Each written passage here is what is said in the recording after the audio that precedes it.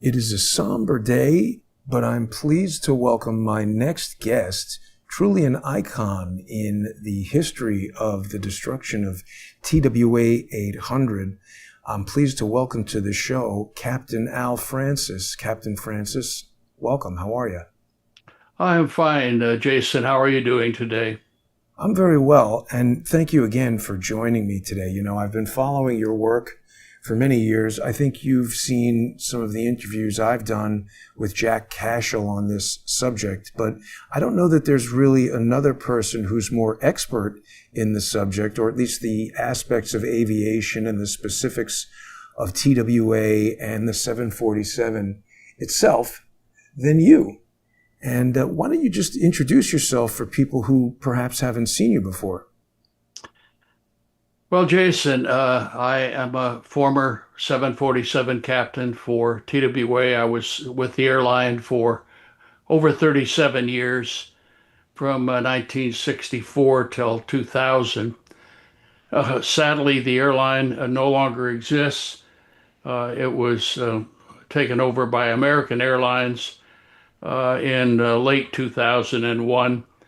And at that time, the airline was the oldest continuously operating airline in the United States. It was over 70 years old. Wow. It was a great airline for those that remember it. It was known for service, and it was known for the quality of its pilots. Over time, I flew everything from the four-engine Lockheed Constellation to the 747 and everything in between, including 75 and 76 glass cockpit airplanes. We were known for a long period of time for the quality of our pilots. Matter of fact, we trained the Air Force One pilots from the time of the Constellation, which was flown by Eisenhower, all the way up to the 747. And they were actually trained in our training center in New York. So that was a good thing. We were the airline that was chosen to fly the Pope from Italy to the United States and then around the United States. We did that for two popes. So we were a good airline, and again, a notable airline not only for its service but for its record of safety, which was very good over the years. We were equal to anyone else. I Wow. became what is called the council chairman and captain representative for Council 24 of the Airline Pilots Association. And as such, we were one of the first 24 councils. We also had Council 2 and Council 4. So we were very, very early in the Airline Pilots Association. And Council 24 represented all of the pilots on TWA that flew our international routes. This was a position that I enjoyed a great deal. And because I flew the international routes myself, I had flown not only the same route, but the same airplane that went down on July the 17th, 1996, on Flight 800. Only 2 weeks prior to that, I had flown that airplane with my wife and daughter on board from Athens to New York. And that was the flight that was the previous flight that day for TWA 800. I was sitting at my home in Albuquerque, where we lived at the time, and watching the news, and a bulletin came on, and my wife and I were shocked to see that TWA had lost a 747, which exploded shortly after takeoff from JFK on the way to Paris, and there were apparently no survivors. So I got up and took the first flight out of Albuquerque the next morning and arrived there in the early afternoon. And from that time on, for a period of time, I was intimately involved in the investigation through our company's security and, of course, the NTSB and the FAA into the crash of TWA 800. Indeed, it was true. There were no survivors. Amongst those killed on board were 53 employees of TWA, many of which I knew personally. And of course, I represented all the pilots that were on the airplane, both deadheading to take flights in Europe and the active crew. It was definitely a sad day for me. And as we proceeded on, I was very distressed to see what should have been a routine investigation of a crash of an airliner turn into a unbelievable situation, which I was quickly assured that this was a cover-up. And I didn't really understand why until later on. My career with TWA went on for an additional 4 years. Unfortunately, our Council 24 was disbanded by ALPA National, and I feel they did that because of the fact that I was very vocal that I did not believe what was going on with the FBI, the CIA, and of course the National Transportation Safety Board under the chairman at the time, James Hall.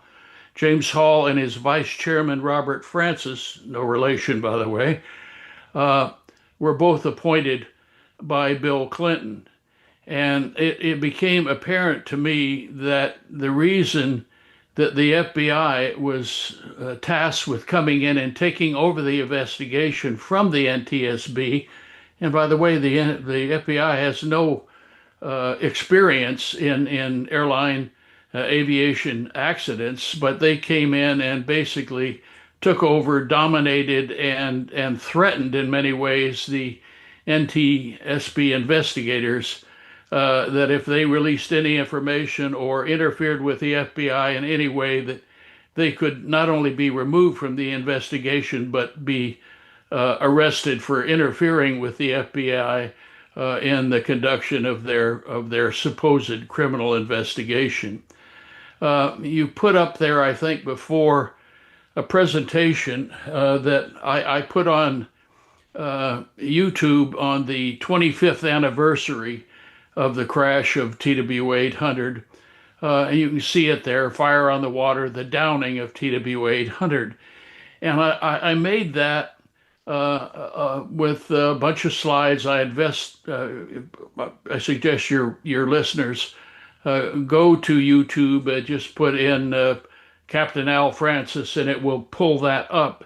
It's about an hour and 10 minutes long, and it has over 35 slides and about 8,000 words of dictation as I went through it.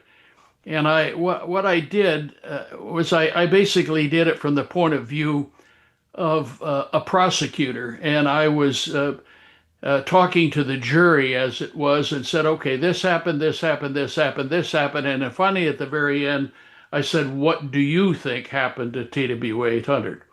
I let the listeners make up their own minds. Now, I've given this presentation to audiences all over the country. I never take a dime except my expenses to give this presentation. I feel that would be blood money. I don't want to make any money out of a terrible tragedy. But I think it's worthwhile for people to have me do that because I always have at least an hour of questions after my presentations. You have had Jack Cashill on, who has written several excellent books on TWA 800, and you've talked to him, and I've worked with Jack as well. He has his book that you brought forth, I think I mentioned in my presentation, but his book, TWA 800, and you've got it right there, The Crash, the Cover-Up, and the Conspiracy. Well, it's a situation that Jack has gone into it a great deal, but none of us that were involved in the original investigation were able to get by the what is come to be known as the deep state. And that became the Department of Justice under Janet Reno. It was, of course, the CIA, the FBI, and many other areas within the Clinton administration. We were just not able to get by it.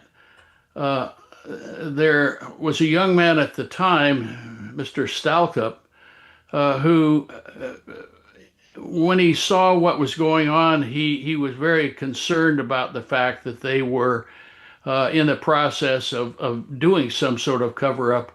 And he's a very private person. I've never met him in person, but he went in and through Freedom of Information requests has gotten a great deal of information out.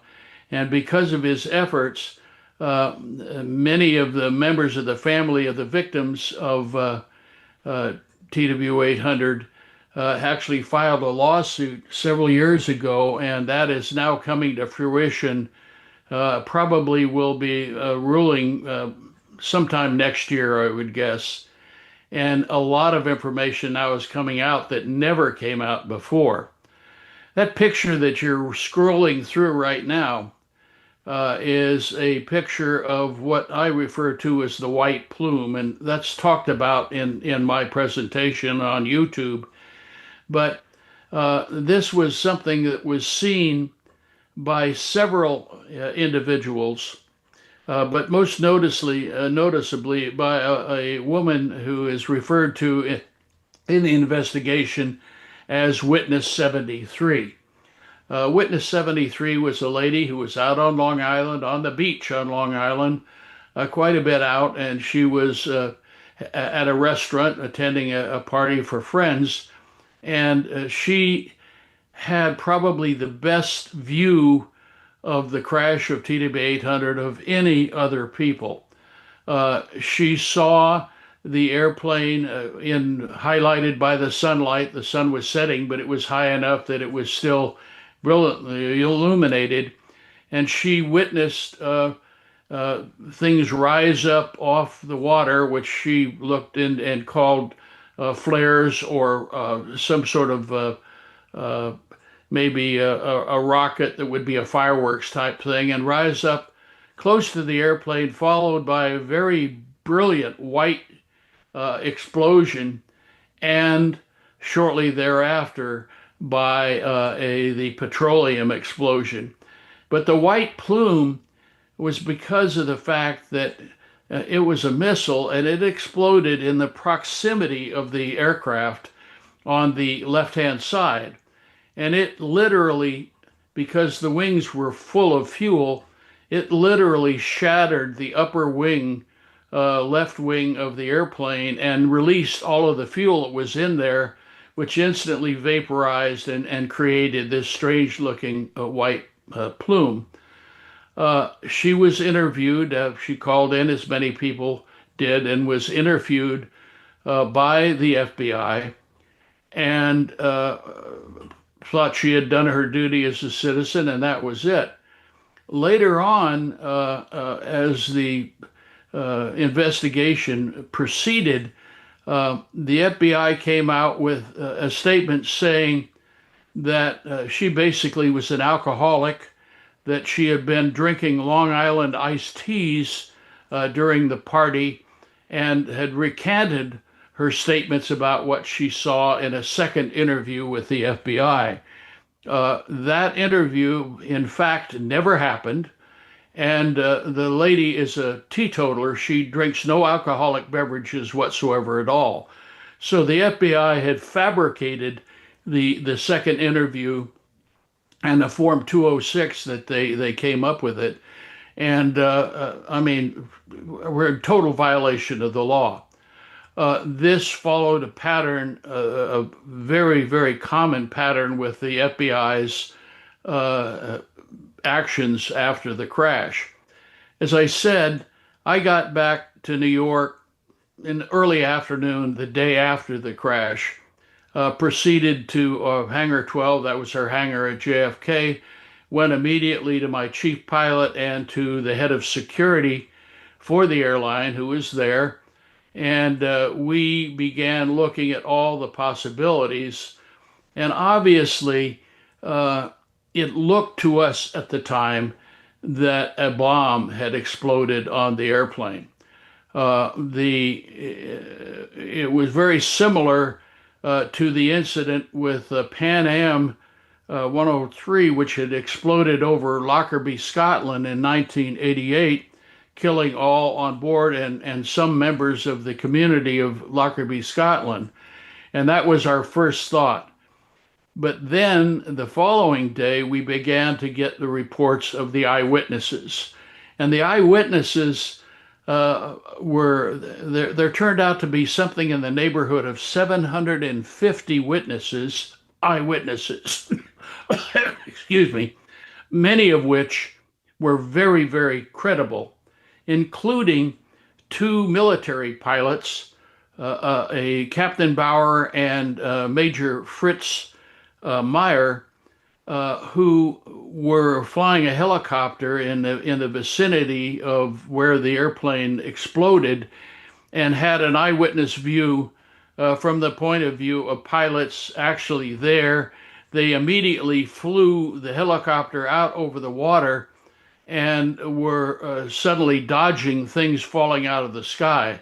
And those things falling out of the sky, unfortunately, were bodies that had been ejected from the airplane when it exploded and proceeded down to the water. Wow. A horrific sight for them. Well, Major Fritz Meyer he was with the New York Air National Guard helicopter pilot, but during the Vietnam War, Major Meyer had been actually with the Navy, the U.S. Navy, and had flown rescue helicopters from a destroyer off the coast of North Vietnam, and they would go in with the helicopter and try to rescue downed pilots before they were captured by the North Vietnamese forces. So Major Meyer had witnessed many actual shoot downs of airplanes and rockets coming up from the surface and exploding in the vicinity of airplanes. So he knew exactly what he had seen. And he said there was absolutely no doubt in his mind that TWA 800 had not exploded because of a bomb on board, nor a unexplained spark in the center section fuel tank, but indeed by a missile or missiles coming off the water. His interview, he contacted the FBI, was finally told to come to some trailer that was parked around somewhere on Long Island, went in, identified himself, identified his credentials, and began to give the interview. He was rather amazed that the individual who was taking this interview seemed to be taking no notes or very few notes, and the interview was not being recorded. And he thought that was extremely unusual from his experience in the military. At any rate, they basically ignored Fritz Meyer and the other eyewitnesses. And it turned out that there was something in excess of 100 witnesses which were deemed to be extremely credible witnesses. As I describe in my presentation on YouTube, the investigation as it proceeded took a bunch of very strange twists and turns, and amongst other things, the federal attorney for the New York district there, a woman by the name of Valerie Caproni, basically issued an order that prohibited all of what is called the interested parties to the investigation from having any physical presence during the recovery of the debris. The interested parties are well, it would be the airline, the manufacturer of the aircraft, Boeing, the various unions that represented the people, uh, manufacturers of the engines and various parts of the aircraft, etc. All of these people were denied access to the recovery efforts. There was also something that was extremely unusual, and that was the fact that when the airplane went down, immediately the Coast Guard was involved, going to the scene of the wreckage, and there was, as I show in that one picture, there was burning fuel on the water, and there was a company by the name of Weeks Marine, and they are a big salvage company. And they had an enormous barge, salvage barge, that was actually in the area, transiting the area to go to another project, salvage project. And they contacted Weeks Marine and said, "Can you come and help us with this salvage?" On the barge, they had some 50 professional divers that were used in these salvage operations, and they could have been on site within just a few hours. When the FBI came and took over the investigation, they canceled that request instantly and said, "No, we will have to wait for the Navy to show up with salvage vessels." That would take, because of where these vessels were located, it would take a considerable period of time. And indeed, it took over a week for the first salvage vessel from the Navy to show up, and several more weeks for the USS Grapple, which ended up being the primary recovery vessel used by the Navy to recover all this debris and wreckage from the bottom of the ocean, where it lay almost 200 feet down at several miles off the south shore of Long Island. There were, of course, protocols for any investigation of this type, and the NTSB people were horrified that the normal protocols were being routinely ignored by the members of the FBI. For instance, when you have an investigation that's on land, instantly the area is cordoned off by the first responders, preventing anybody from getting in and picking up pieces of the wreckage and walking away with them, etc. So it's all cordoned off, and if there are survivors, they are obviously taken to medical facilities for treatment, and those that have been killed are respectfully noted where they were, and then taken to morgues for autopsies, etc.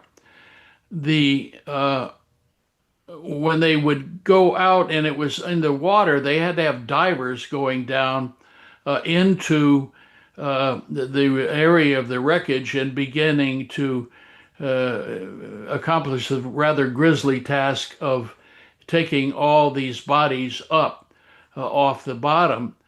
Well, if the Weeks Marine people had done it and their divers, the people would have come off the bottom of the ocean certainly within 24 hours of the accident. Unfortunately, because of the fact that the FBI denied them the opportunity to do that, and it took, excuse me, such a long time for the Navy personnel to get there, many of these bodies were badly desecrated by sea creatures, crabs, etc. And the relatives and friends of the victims were absolutely livid that this was going on, but there was nothing they could do about it. The agent in charge of this, what I feel is a fiasco, was a guy by the name of James Kallstrom.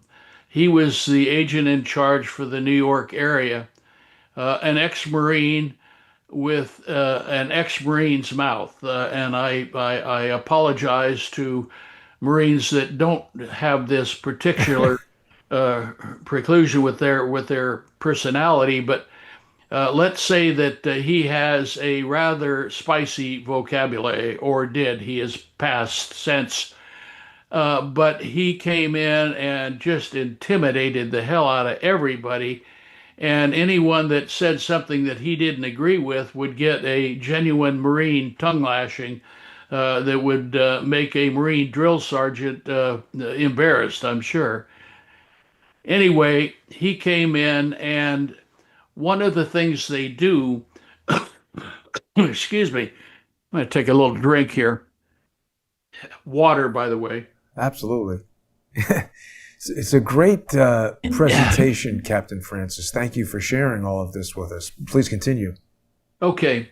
At any rate, one of the things that they do is when they locate wreckage, they use a device, whether on land or underwater, that takes a picture of the wreckage or the individuals that they find, the victims, and it takes a picture and it shows a GPS location of where this is found, which is very important when you continue the investigation to determine what happened.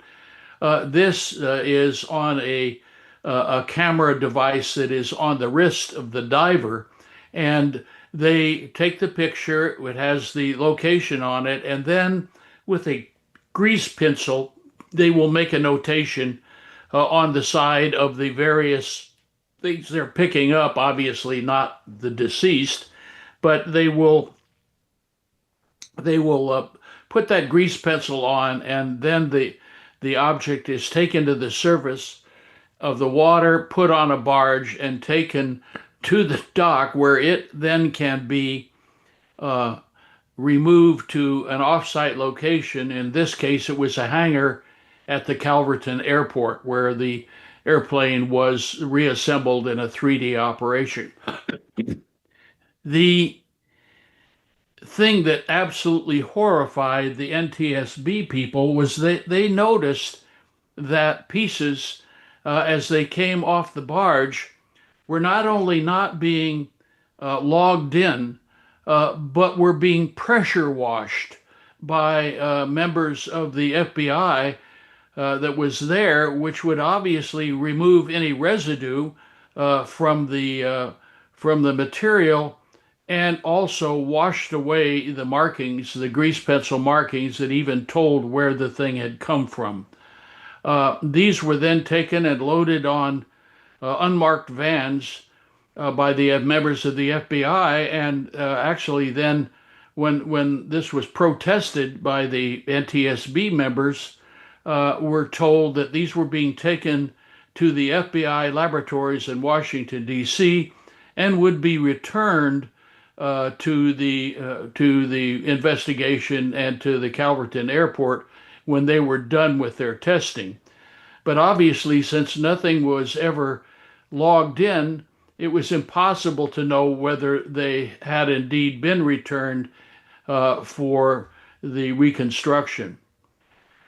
When they proceeded with this and all of these things that were going on, again, Valerie Caproni coming in and denying access to the interested parties to be present on these recovery barges, the whole thing proceeded then on to the hangar in Calverton.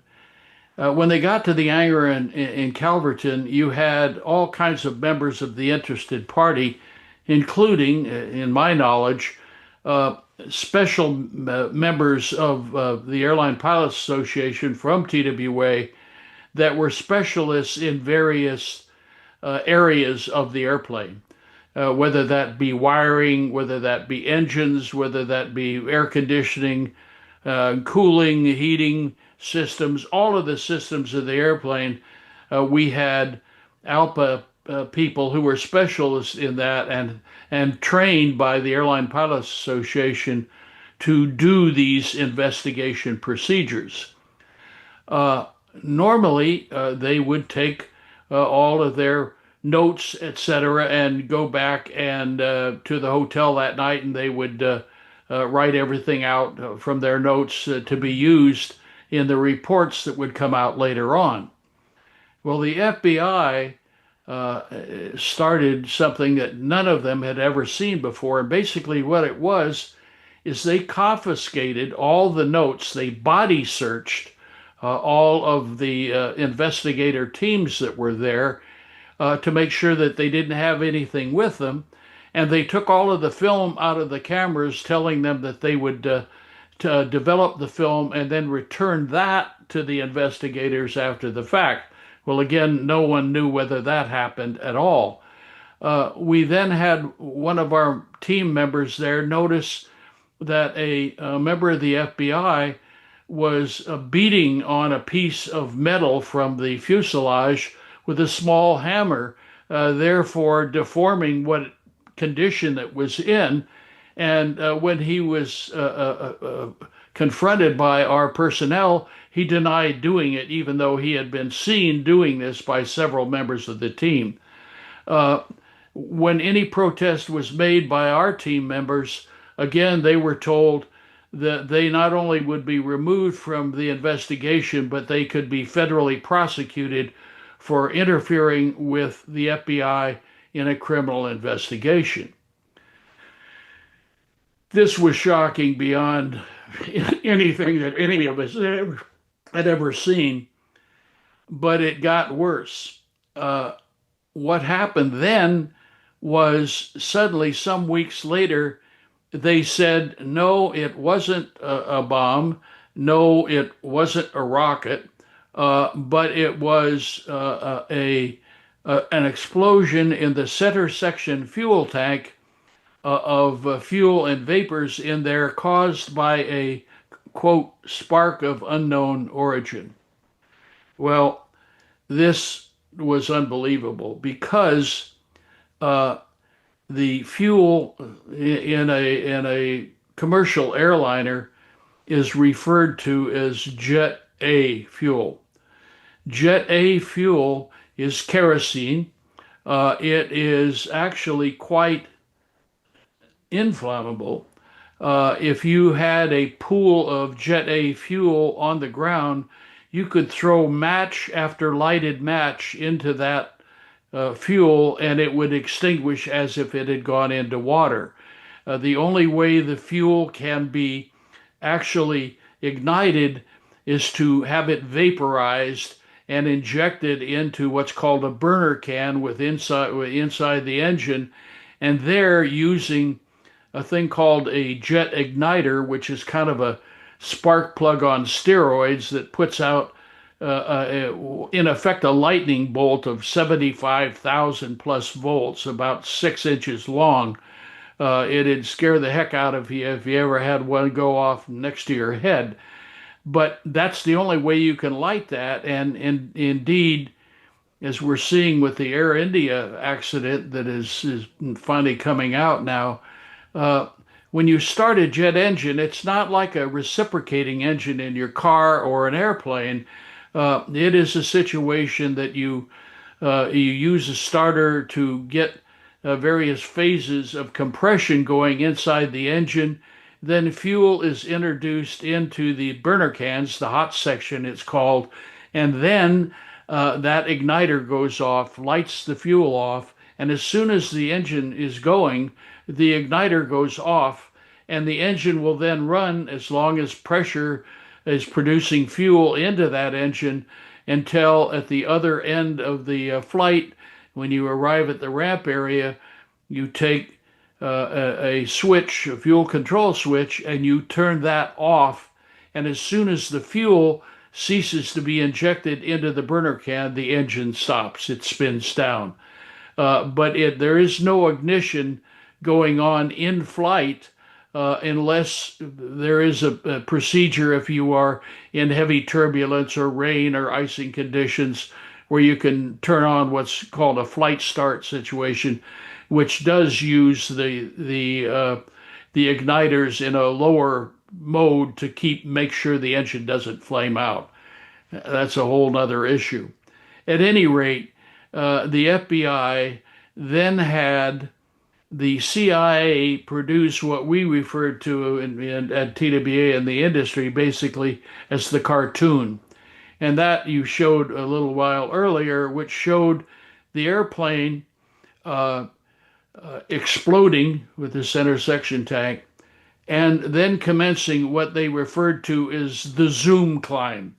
The airplane was at approximately 13,300 feet when it exploded. Then they said that the airplane pitched up and proceeded to climb to almost 18,000 feet, at which time it stalled and went down into the ocean. Well, anyone that knows anything about the aerodynamics of a large sweeping airplane knows that that scenario was totally impossible, aerodynamically impossible. And indeed, because of the fact that the airplane exploded, and as I said before with Witness 73, shattered the top of the left wing into very small pieces, which ended up in the first area, what's referred to as the red area of the accident scene. And that red area actually had one of the engines, the number 2 engine came off and fell into that area. And what happened to the airplane is it basically, because the wing had separated and it released all that fuel into the white flume, it rolled, pitched up rather severely, probably not more than 100 feet or so, rolled over and began a descent. So there was no climb to the zoom climb to thousands of feet higher. The reason that the CIA came up with this, and they made a big point of saying this was not a missile, okay? No one knew at that time what it was, but that was their statement. And they had to say that because supposedly, as it climbed in this zoom climb, it was trailing burning fuel out the bottom, and that was what the witnesses were supposedly seeing. A totally ridiculous scenario. But again, this was part of the very carefully planned cover-up that was going on within the government. Anyone that said anything about this that was involved in the examination, again, was very thoroughly threatened by the FBI under James Kallstrom. We began looking after the fact to figure out why would anyone have done this? What was the possible motive of trying to confuse and obfuscate what had happened with this crash? Well, as we began to dig into it, we found out that an individual by the name of Sandy Berger, who was the Assistant National Security Advisor to President Clinton, had met the Clintons as they came back from a fundraiser. He was running for re-election as president, and he and Hillary had been at a fundraiser that night for his re-election campaign. They arrived back at the White House at approximately 8:30 at night. The accident occurred about 20 minutes to 30 minutes prior to that. And Sandy Berger met them as they got out of the limousine and escorted them immediately up to the living quarters in the White House. And they were not seen again for the rest of the evening, even though there were serious briefings going on in the White House briefing room that night. Sandy Berger, you may remember, is the individual that was discovered taking documents from the National Archives, stuffing them into his socks and his underwear, and then taking them out and throwing them under a dumpster, recovering them after the fact, and destroying them. No one knows what was on those documents because they were individual copies, and of course he actually burned them, he destroyed them. For his egregious act there, he received basically a slap on the wrist and was given a fine and some 100 hours of community service. Believe me, if it had been you or me, we would have been in jail for many years for that particular infraction. So it became obvious that Sandy Berger, at the very least, and perhaps Hillary Clinton, I think more than Bill Clinton, was very concerned that something could occur that would affect his chances for being reelected because the election was less than 4 months away. Also, the Olympics in Atlanta were just within a few days of occurring, and they felt, I'm sure there, that we couldn't have a situation where an airliner was shot down within sight of the south coast of Long Island by forces unknown at the time. So they decided to cover up and come up with what would be, for them, a reasonable explanation that would be very difficult to prove one way or the other. And that's where they came up with the explosion in the center section fuel tank. Again, I had flown that airplane back several weeks prior to that from Athens to New York. And you always burn the fuel in any of these large airliners with strict procedures where you burn the fuel out of the wings first or the center section tank or whatever.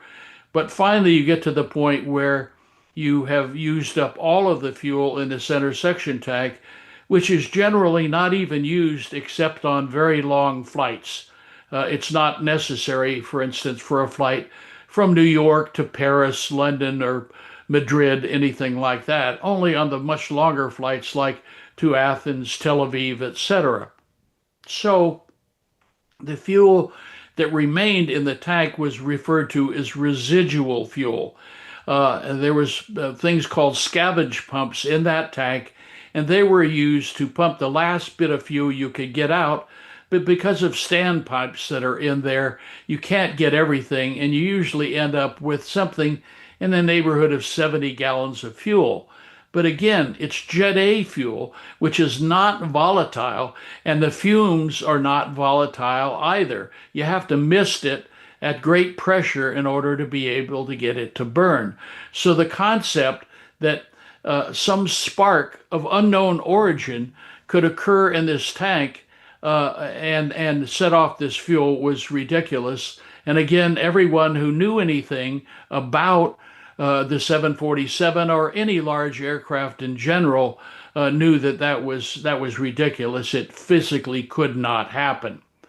They didn't let the truth get in the way of a good concept, and they forced that into a situation where both the chairman of the NTSB, who was James Hall, or the vice chairman, Robert Francis, would sign off on this concept.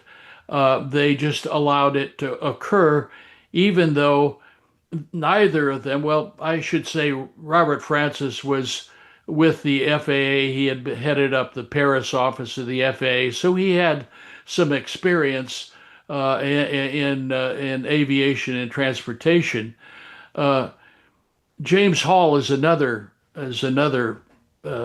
question. I believe it was the Washington Post, when they announced Clinton's nomination of Hall to the NTSB, said that his only experience in transportation was that he had a driver's license. In other words, he had no experience whatsoever at all. He was just put in there as a figurehead with his underlings doing the actual work of the NTSB. An absolute farce. But they auto-penned everything that Clinton wanted to come out and Janet Reno wanted to come out of the Department of Justice, and it went on to an absolute farcical situation. In November of that year, they had an initial meeting of the National Transportation Safety Board in Baltimore, Maryland. At that point, they began to have the information that they had available for the initial report come out, and they were going to have people testify as to what was going on. Uh,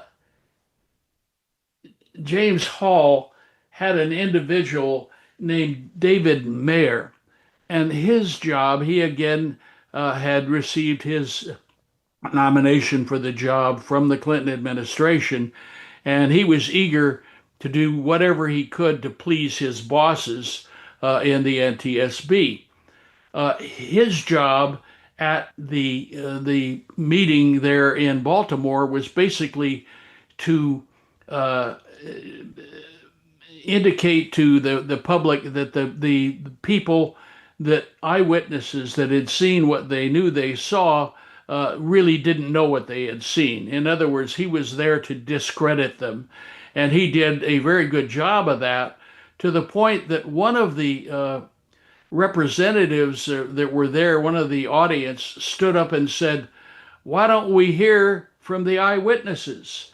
This man was grabbed and forcibly ejected from the meeting, and Hall stated that if there were any other disturbances, they would be ejected as well, and the hearing would terminate. So none of the eyewitnesses that were there, including Major Fritz Meyer and the other pilot, or any of the other credible witnesses, were allowed to testify, nor was any of their testimony including in the minutes of that meeting, or indeed of the final probable cause report that came out of the NTSB in early 2001.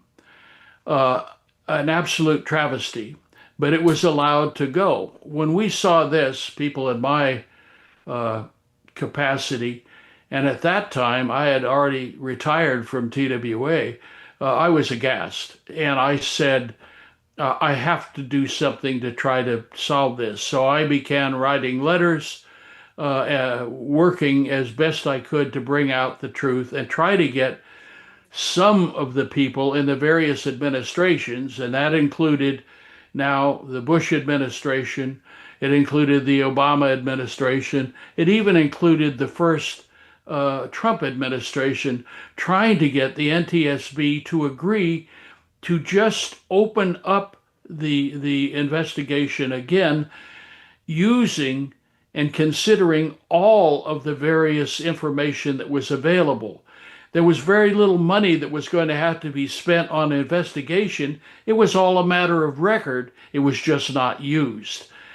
Unfortunately, in the case of the Bush administration, they were instantly involved with 9/11, the wars in the Middle East, etc., and all of this got put on the way back burner. As this got longer and longer away from the effect, especially during the Obama administration, two different heads of the NTSB, a woman and a guy, refused to even consider reopening it. A very terse and short statement stated that, and I list that in my presentation. But it was unbelievable. But you were up against a stone wall, and there was nothing against it. At that point is where I began going around the country in uniform, giving my presentation and letting people ask questions. I, have become in ways the tip of the spear on this, although Mr. Stalcup has done actually probably more work through his FOIA requests and helping the families of the victims of this to file this lawsuit, which is now gradually in Massachusetts working its way through the court system. Obviously, the NTSB and the FBI and the various other organizations, including the CIA, have done all in their power to slow walk this and not allow it to happen. But I believe, I sincerely believe and hope that this will come out and will come to fruition sometime next year.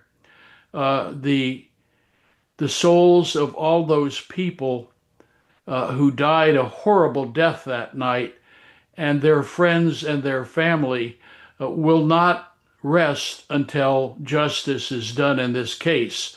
It's a long time. I mean, next year will be the 30th anniversary Right. of this travesty. But there is no statute of limitations on justice when people's lives have been terminated. You know, And I think that will come out, and I think the Supreme Court will allow all of this to happen. yeah. So I basically given you what I can. I am perfectly willing to answer any of the questions you might have.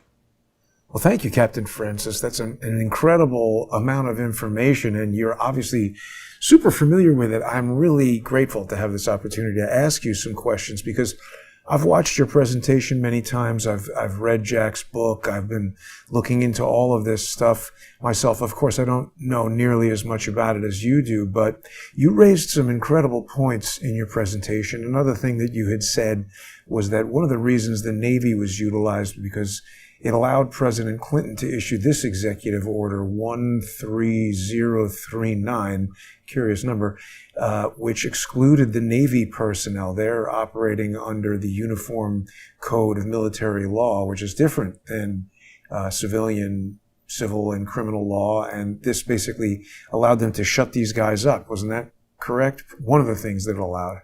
Yes, well, the UCMJ, the Universal Code of Military Justice, indeed is completely different in many aspects from civil or criminal law in the United States.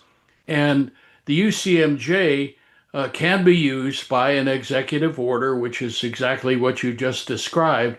And Clinton, in enacting this, basically excluded all of the members of the military, whether they were involved in the investigation, were involved in the actions that were taking place in what is referred to as the warning track, some 100 miles off the south shore of Long Island, in military actions or not, whether they were involved in any fashion with the TWA 800 situation, it still removed them from the protections of what we refer to as the Whistleblower Act. In other words, they could be prosecuted, severely prosecuted, by the actions of the UCMJ. And who's the head of the whole operation? Well, that would be the commander in chief, and that at the time was William Jefferson Clinton. Yeah. Yeah, so he basically shut the whole thing down. And, I know throughout the years, a lot of people, even you, are asking, why would they cover this up? And I know in Jack Cashel's book, he comes to the conclusion that it was an accident, a missile fired from a Navy ship that was conducting some tests with basically various types of all kinds of missiles being tested or whatever it is. You raised a fascinating point in your presentation where you talk about somebody who had rented a small fishing boat. And you also raised the point when you spoke about Fritz Meyer. Is Fritz Meyer still alive? To the best of my knowledge, Fritz is still alive. I do not know that. I haven't investigated that because of personal issues that I've had in my family over the last year or so. But the fishing boat was a thing that, again, I have not seen discussed by anybody else, but I pulled this up out of research that I had.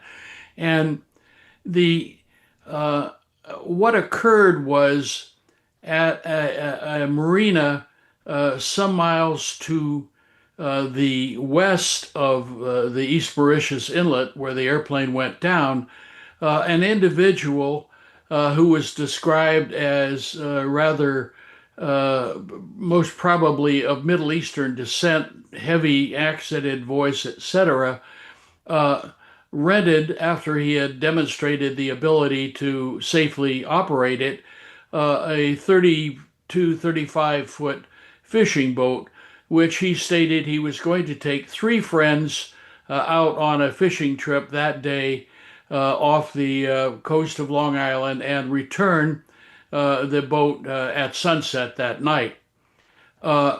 He rented it and proceeded out and stated that he was going to pick up at his friend's at a point further east along the coast and go on the fishing trip. The next morning, the people arrived at the marina and noted that the boat was not back in the slip.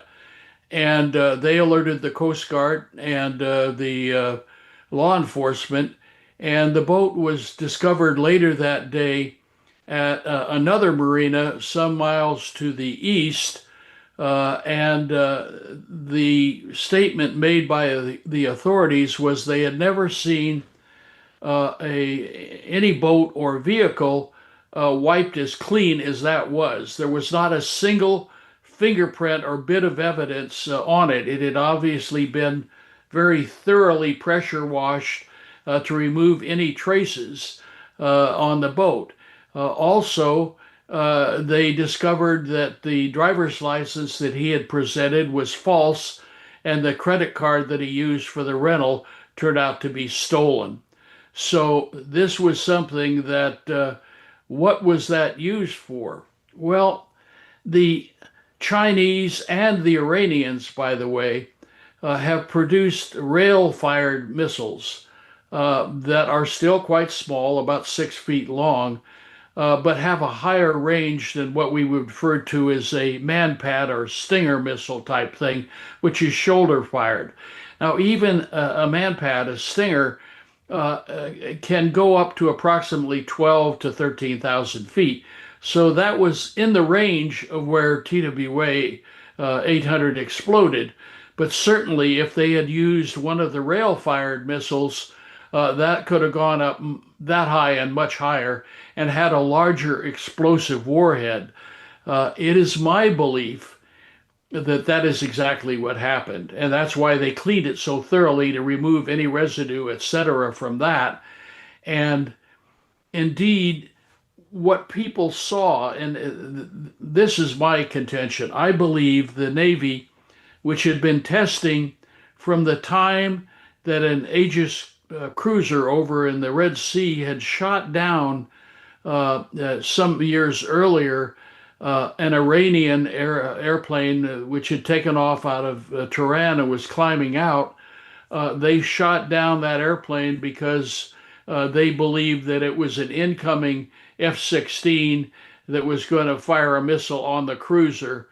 There were a lot of tensions obviously going on at that time, and after the fact discovered that indeed they had shot down this Iranian airliner, killing all on board. The Iranian people, the mullahs, the government there, had made threats that they would retaliate at their leisure, and there was a situation that developed. I don't know if you remember, but there was a thing called the Khobar Towers in Saudi Arabia, where a bomb, a truck loaded with explosives and fuel, exploded in front of the Khobar Towers, killing over 200 servicemen and civilians in the area.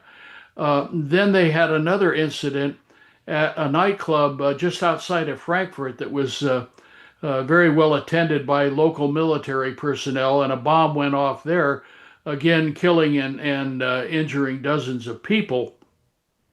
The day before TWA 800 went down, there was a message provided to newspapers in Beirut and London from a previously unknown terrorist organization that stated that, like the Khobar Towers and the Frankfurt nightclub incident, that soon there would be an event occur that, quote, would amaze and astound by its audacity.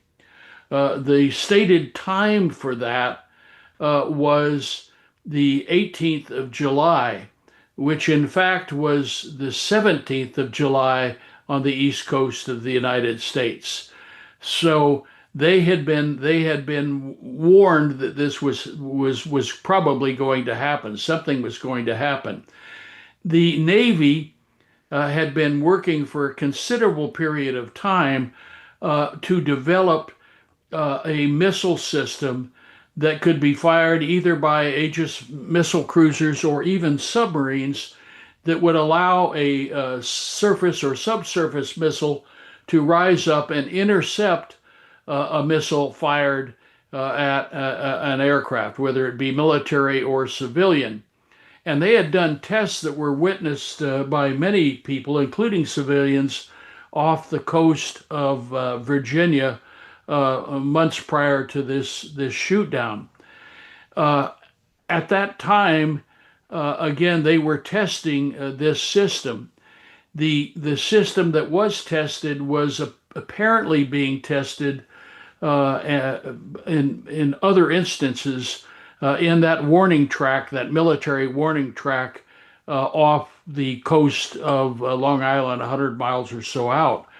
And there's good evidence to indicate that indeed TWA 800 was shot down not only by a terrorist missile, but by a Navy missile that was attempting to intercept that missile.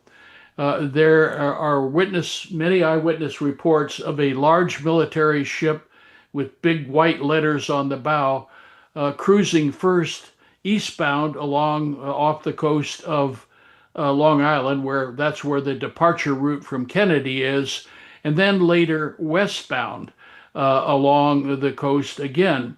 And that ship passed by just prior to the explosion and crash of TWA 800. That's the USS Carr, probably. No actual identification is done on that.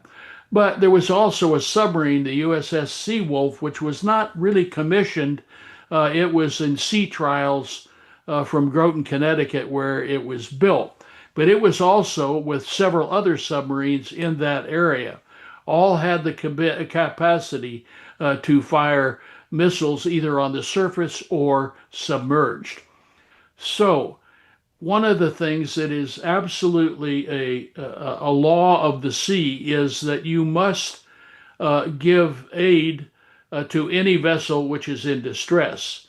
Well, you'd think that, seeing something explode in the sky and fall into the water would be something that was definitely in distress. But a radar station which was located at the Islip Airport in New York noted on its radar both a small trace which was along the water proceeding almost totally underneath the departure route from Kennedy, but also another large surface vessel that, because of the distance from where Islip was, had to be in excess of 40 feet high off the water. That would match something like an Aegis missile cruiser, and it was noted immediately after the explosion of TWA 800 to be proceeding away from the scene of the crash at high speed. It's come out even in later years now that the members of the CIC, the Combat Information Control Center, on the car were immediately told to destroy all records that they had of what they were doing out there, and the ship itself proceeded to Bermuda, where the crew was kept incommunicado for 2 to 3 days, prevented from any phone calls or any use of emails or the internet. At that time, I'm sure they were being informed by the officers of the UCMJ that if they said anything about this, they could end up, with their rear end at Portsmouth Naval Prison for the rest of their lives. Wow. And these are all young people. They're many of the people that are personnel on our naval vessels are anywhere from 18 to 25 years old, and they would take a threat like that very seriously. So several of them actually, after the fact, have come out, have contacted people like Jack Cashel and said, yes, I have something to say, and this is what happened. Again, all of this has been forced down, under the water. This did not happen. You didn't see what you thought you saw. And, Jack and obviously myself have been labeled conspiracy theorists. This is ridiculous. But I'm the only guy in this whole group that actually knows anything about the airplane and knows anything, physically about what happened that night because I was there. I'm not talking secondhand or from things that I've heard from other people or read. This is part of my life experience. Yeah, it's fascinating. I have to say, Captain, I'm really pleased that we can speak to you about it. I want to just take you back for a minute to this concept of the man pad fired from the fishing boat. Are you familiar by name with a guy named Felix Sater? I might have mentioned you and I had a phone call briefly the other day. Did we talk about Felix Sater? I can't recall. No. Okay. Felix Sater, he is a guy. Well, let me play this video for you here, and then we'll talk a bit about Felix Sater.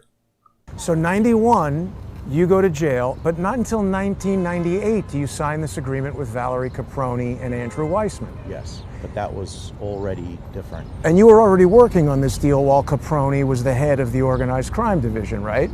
Yes. Okay, so you know Valerie Caproni.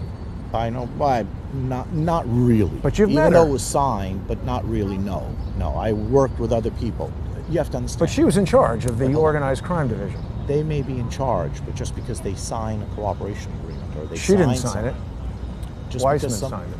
Just because somebody signs it doesn't mean that you're working with them on a daily basis. You're working with other But you know her, is what I'm saying. Yeah, She's aware of you. Of course. You know about TWA 800.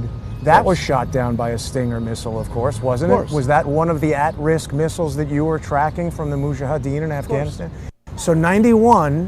What do you think of that? He says, of course, it was shot down by a missile. This is a guy who was an FBI confidential informant. His status as a CI didn't come out until 2019. An article in The Intercept revealed that he had signed a secret agreement with the Department of Justice and had been sent to Afghanistan under a special presidential directive, who in 1998, that would have been Bill Clinton, to track these loose missiles that had been originally given to the Mujahideen in Afghanistan. This guy is all involved in legal cases with Valerie Caproni.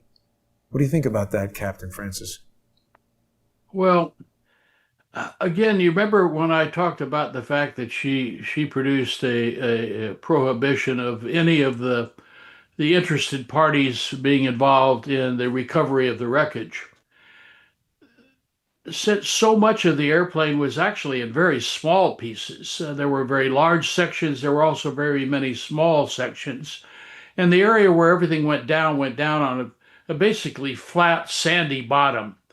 And they began using what are referred to as scallop trawlers, which have nets that drag along the bottom and pick up various pieces of debris from the airplane. And they got a lot of small pieces from the scallop trawlers. Well, again, no one was from any of the interested parties were on those scallop trawlers either. And they had some pieces that were later identified as probably being pieces of Raytheon drones or missiles that had been used in some of these tests off the Aegis cruises and everything that were brought up on board the ships. But since they did not match the description of anything that the FBI stated that they were looking for, these were actually thrown back into the water and never recovered. But investigators after the fact showed members of the trawler crews what these things look like, and they said, yeah, it looked like something from that. So wow. This was a situation, again, where actions taken by Caproni preventing any of the interested parties from being there allowed stuff like this to fall through the cracks. And there was a lot of stuff that fell through the cracks. And wasn't Caproni also pivotally involved in the prosecution of James Sanders and his wife? Oh, yes. So And, she was. you know, again, it's a real shame. James Sanders, who was along with a Czech pilot, a company, a management pilot named Terry Stacy, was with his wife very conspicuously picked up after CNN had been advised and MSNBC to be there as these people were arrested and taken down and indicted for quote unquote interfering with the FBI in an investigation of conducting a criminal investigation. This, by the way, happened weeks after the FBI had declared on its own that it was no longer a criminal investigation, but indeed the explosion and the crash had been caused by this mysterious spark of unknown origin in the center section fuel tank. But they still had to arrest and intimidate these people in order to prevent other people from coming forth with information that they might have come up with. And as the best of my knowledge, Roney was the one that signed the order to allow the FBI to go in and pick these people up. Now, Terry Stacy, his crime, as it were, was when he was out in the reconstruction area, and I show this all in my presentation. He found on the back of some seat backs that were in the last row of the seats, the first class seats, where the fuselage had separated from the nose had separated from the rest of the fuselage, of a strange red residue that was on the material of the seat back. No one knew what this was. It certainly wasn't anything that was used as a glue to hold the seat backs to the back of the seat, nor was it of any other nature that they knew. So he, although the FBI was not interested in this at all, surreptitiously cut a couple of strips, very small strips of this cloth. And since he knew from the wife of James Sanders that he was an investigative reporter for a newspaper in California and formerly had been a police officer, that he had the wherewithal to get these things investigated by a laboratory for what the heck this material was. And because of that, they were accusing Captain Stacy of, this involvement in suppressing this criminal investigation, which no longer existed. As it was, Stacy, because of if he had not basically admitted guilty to some of this to a lesser charge, pleaded, he would have lost his license and his retirement. Yeah, you told me about that. That was a fascinating part of the story because they really came down hard on Captain Stacy. They basically charged him with theft of airplane parts under a statute. They referred to it as aircraft parts, and really what it was a couple of small strips of material. Right. Jim Sanders.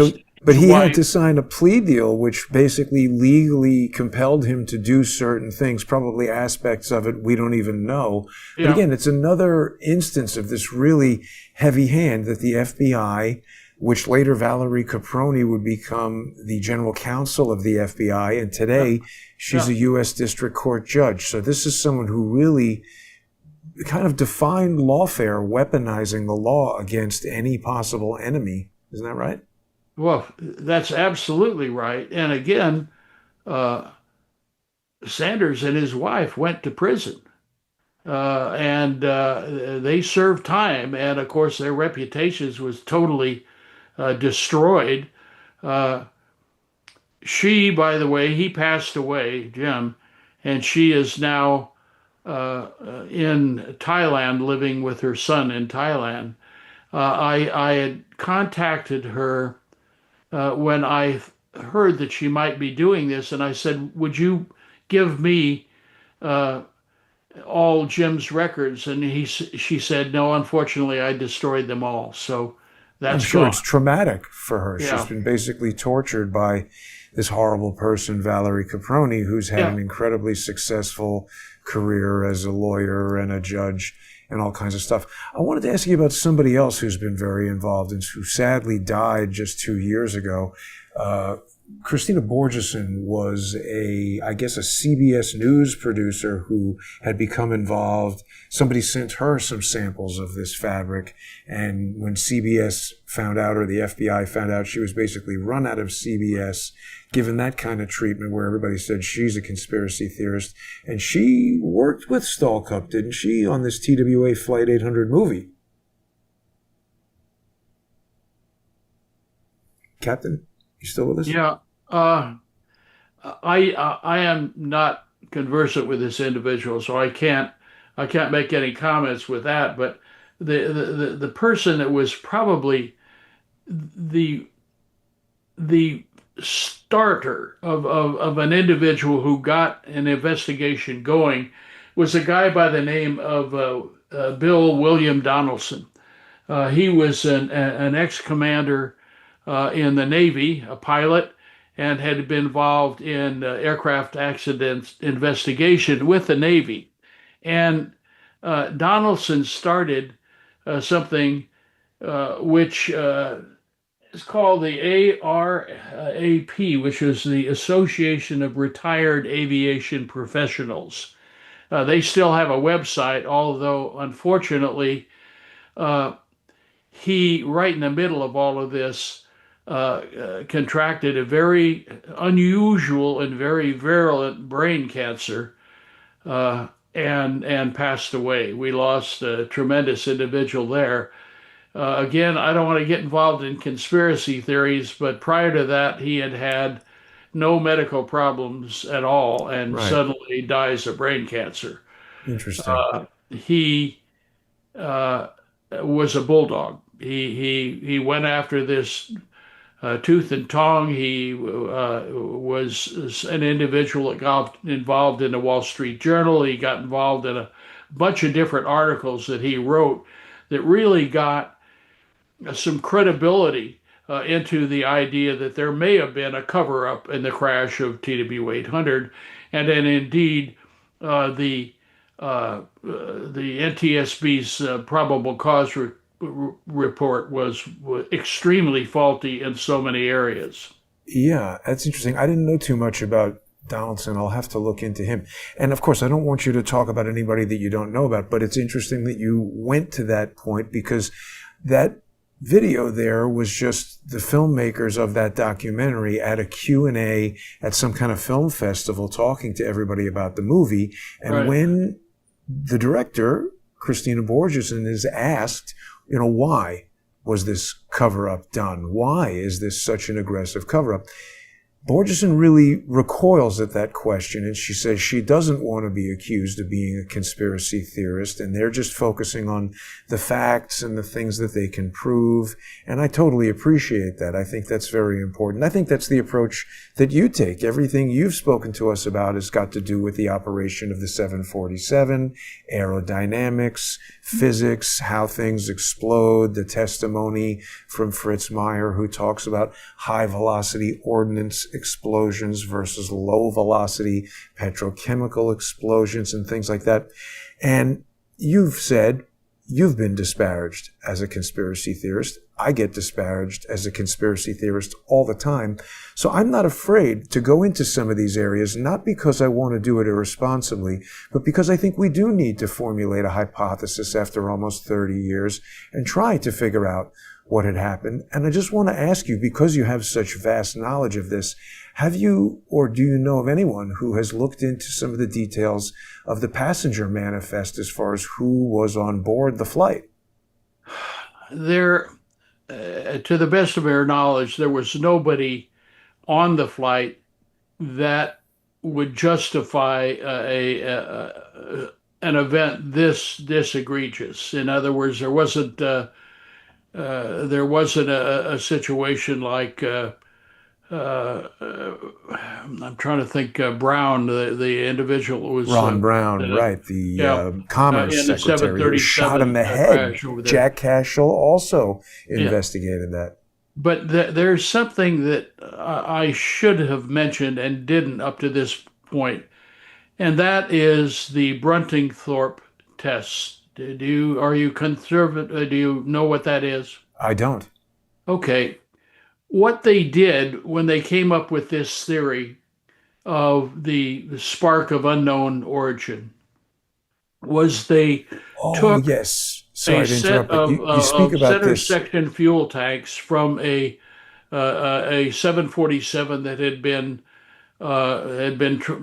broken up, and they took them to a place called the Brunting Thorp Laboratories in England.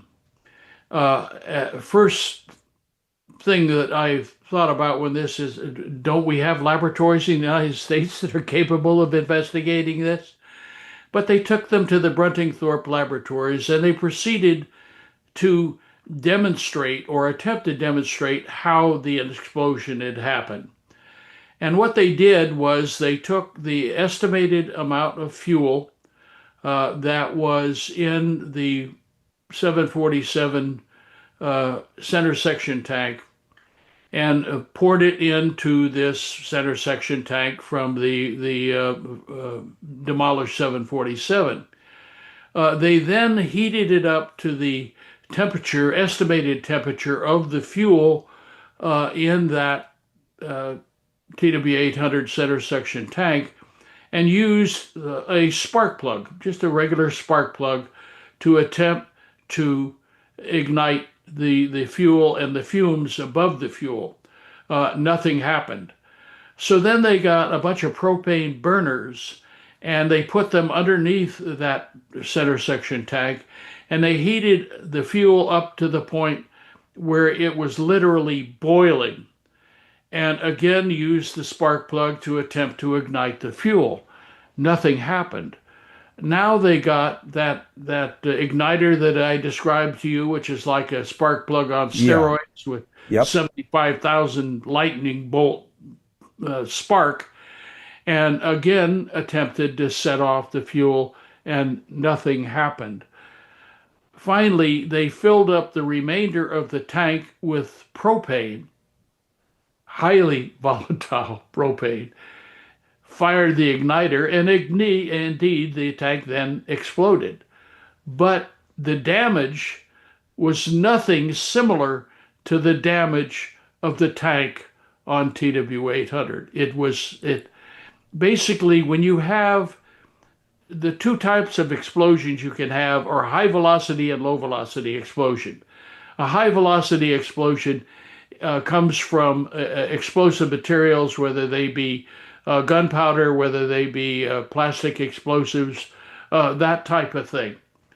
That produces an explosive pattern that basically expands outward very, very fast.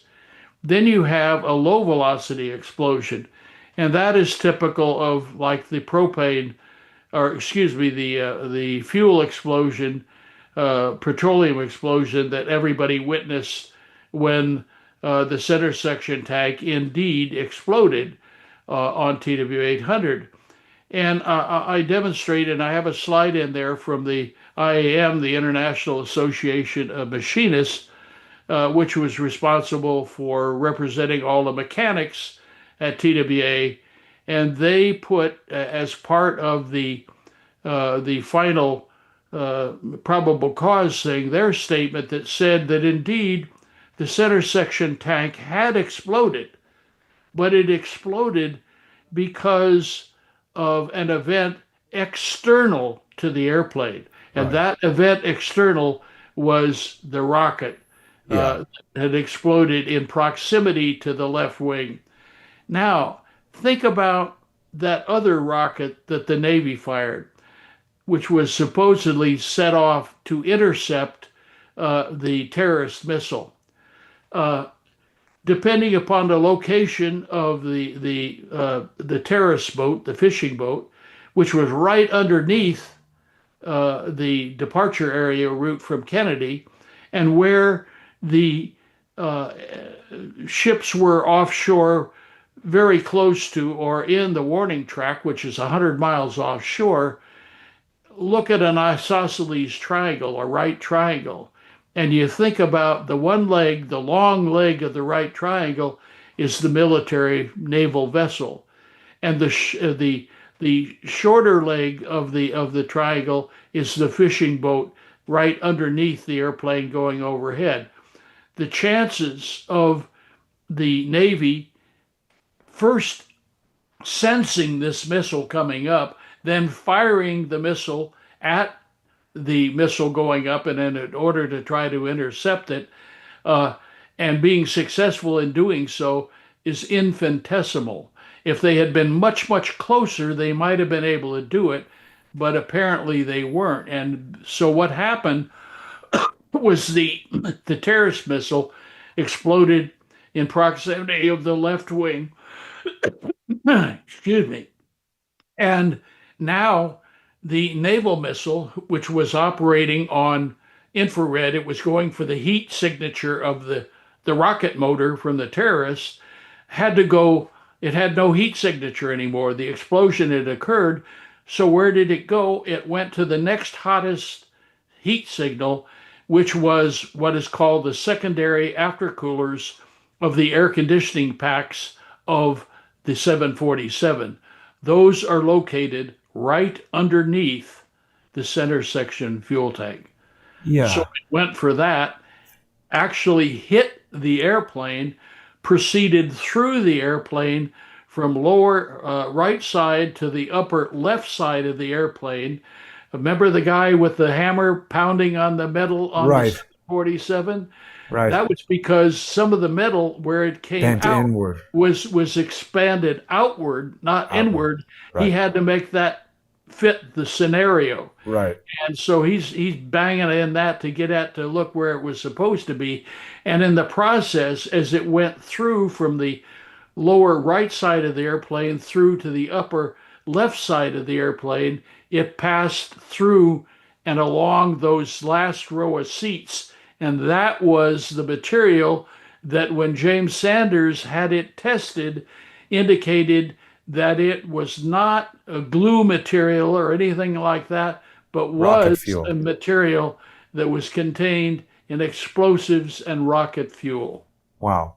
Well, let me take you back, because I think a lot of that is part of what Jack Cashel includes in his ultimate hypothesis. But I want to explore this with you for a moment and take you back to the passenger manifest, because there is a particularly interesting person who died in the crash, a guy by the name of Charles Beatty. He was 50 at the time of the crash, and he was a senior systems engineer with the Naval Surface Warfare Center in Dahlgren, Virginia. And Beatty's work was documented in this Naval Surface Warfare Center's 1994 Technical Digest. I just found a copy of this online. It says Charles Chick Beatty received a BS degree in electrical engineering from West Virginia Institute of Technology in 1970. And he's been at this Naval Warfare Center since 1972, where he's worked in the areas of electronic warfare and intelligence. Mr. Beatty's been associated with MPAS, SLQ-32, AEDAS, Deepwell, Ares, SCADS, and CEC programs. He's a member of the IEEE, which is an engineering society, and the SAE. And he was on board. He specialized in radar deception and missile guidance countermeasures at the Navy Surface Warfare Center in Dahlgren. That's the command responsible for the Aegis combat system. And that's the same system that shot down Iran Air Flight 655 in 1988. Yep. An Aegis could have been involved in the TWA 800 thing. It's using all that same technology. I mean, again, I'm not saying this is what happened. I'm just saying it's just kind of strange that this guy, Charles Beatty, was on board there, and just almost no one has discussed anything about him. Have you ever heard his name before in association with the TWA investigation? I have not. I have not heard that at all. But there's a can of worms here that eventually, if it ever gets opened up, there's going to be all kinds of things that people really have not considered as happening. I attempt very much not to speculate on things about which I have no knowledge. As I said earlier on, what has happened since Air India 171 went down is an explosion of individuals who are listing themselves as aviation safety experts, which have no qualifications at all, but are being taken at face value by a lot of people. And this is very damaging to Boeing and should not be allowed to happen, but is being allowed to happen. And I hope that'll be come to resolution in a very short period of time. But TWA, when you get the strength of the government behind something like this, including up to and including the commander-in-chief, the president of the United States, and all the power that he or she has to control everything that is within our security services and our federal law enforcement services and so forth. These are things that are almost beyond our comprehension of the power that they have to indeed control a cover-up. And again, I try not to, state things that I have no knowledge of, because that diminishes my credibility to be able to talk on this issue. I am pushing 83 years old, and I don't know how long I'm going to be allowed to continue my quest here, but I dearly hope that it will be until the truth comes out. I really dearly hope that. As do I, Captain. I really appreciate you spending your time with us today. People can follow you on Substack by going to alfrancis.substack.com. You're also on X, but I think you're not doing too much on X. You're at the #1 Captain Al. I've just started putting stuff on X. Okay, great. I was not before. Great. But as I said, I have never taken a dime for my presentations or my speeches before the various groups in the country, because I believe that is indeed blood money. With that said, I would appreciate if you would allow me to give a short plug on something that I do to try to make some additional. Absolutely. And another area that I have been very concerned about for a long period of time is the possibility of an EMP attack on our country. I read something in 2008 that was a report of a commission before the U.S. Congress that looked into the possibility of an EMP attack on a country. And I'm reading this report, which is quite technical in nature, and I like to dig into those things. And it said that in the event of an EMP attack on our country, that it was very possible that up to 90% of the population of the United States would be dead within a year. Wow. That got my attention. At the time, we were living in a retirement community in Bluffton, South Carolina, and I thought to myself, what would happen to the people in this community if indeed there was an EMP attack? So I decided to write a book, and it turned out, I hope to be 3 of them. I've only finished one. I'm about to publish the second one. But this book is called uh, the Water Lily Warriors. And the Water Lily Warriors it comes from the fact that our community in this retirement community, this subcommunity, was called Water Lily Cove. And at the time, we had about 100 homes in that specific community. And I said to myself, what would happen to this community, these people, if this happened? And I wrote that book, and it's available in it's available in Amazon, it's available Barnes and Noble, and so forth.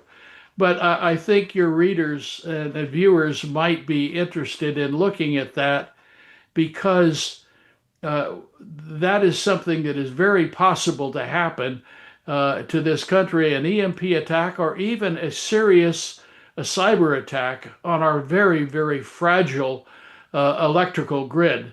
And if you imagine that in almost instantly you would lose all of the vestiges of a civilized society, you would basically be driven back to a pre electrical area, back to the horse and buggy days. No supermarkets, no running water, no obviously electrical air conditioning, no hospitals as we know them now, no sewage disposal and everything. And think about where that would put you, whether you're an elderly person or a young person, if you didn't have that ability, and what would happen to you as a family, as an individual, if something like that should occur. And I think it's an interesting tale.